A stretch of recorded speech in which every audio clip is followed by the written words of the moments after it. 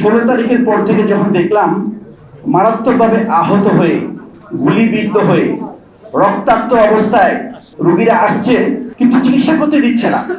আমাদের দেশে আমরা জন্মগ্রহণ করেছি, যে দেশ একটা স্বাধীন দেশ, স্বাধীন দেশে স্বাধীন জনতার উপর টার্গেট করে গুলি করে আহত করা হচ্ছে, রক্ত ঝরছে, মৃত্যুর যন্ত্রণায় কাতরাচ্ছে, কিন্তু চিকিৎসা দেওয়া হচ্ছে না, চিকিৎসা দিতে দিচ্ছে না এরা। এরপরে বসে থাকতে পারি নাই। আমাকে রাতেই জানানো হলো যে পুলিশ আসবে এবং তাদেরকে অ্যারেস্ট করে নিয়ে যাবে। আমাদের কাস্টমার কেয়ারে একজন ছিল নাহিদ জামান, বললো স্যার কি করবো এখন?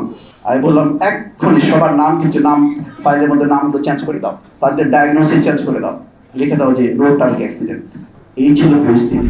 সমস্ত রাজনৈতিক দল অংশগ্রহণ করেছে অরাজনৈতিক ব্যানারে। মাথায় রাখবেন, সমস্ত রাজনৈতিক দলের কন্ট্রিবিউশন আছে অরাজনৈতিক ব্যানারে, বাট নেতৃত্ব দিয়েছে ছাত্র জনতা। কারা এখানে শহীদ হয়েছে?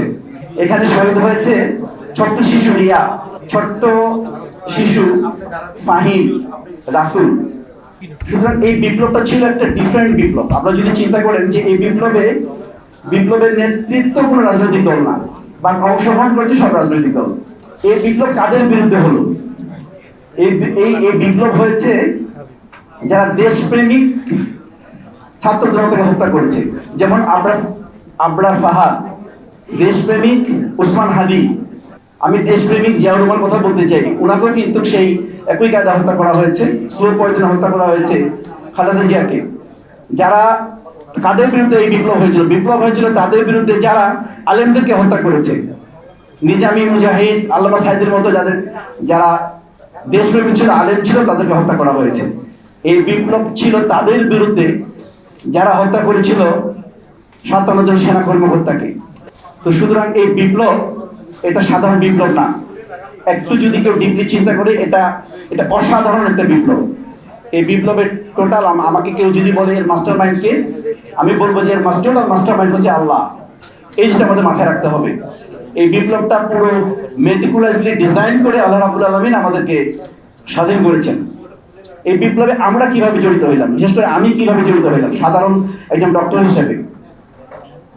ঠিক 16 তারিখের পর থেকে যখন দেখলাম মারাত্মকভাবে আহত হয়ে গুলিবিদ্ধ হয়ে রক্তাক্ত অবস্থায় রোগীরা আসছে কিন্তু চিকিৎসা করতে দিচ্ছে না। আশ্চর্য ব্যাপার। আমাদের দেশে আমরা জন্মগ্রহণ করেছি, যে দেশ একটা স্বাধীন দেশ, স্বাধীন দেশে স্বাধীন জনতার উপর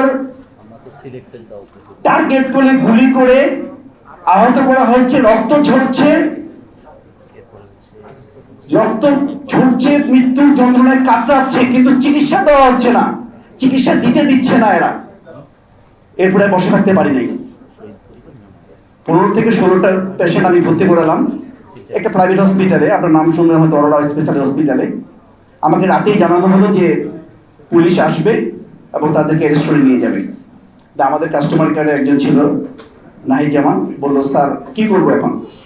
আমি বললাম এক্ষুনি সবার নাম, কিছু নাম ফাইলের মধ্যে নামগুলো চেঞ্জ করে দাও, তাদের ডায়াগনোসিস চেঞ্জ করে দাও, লিখে দাও যে রোড ট্রাফিক অ্যাক্সিডেন্ট।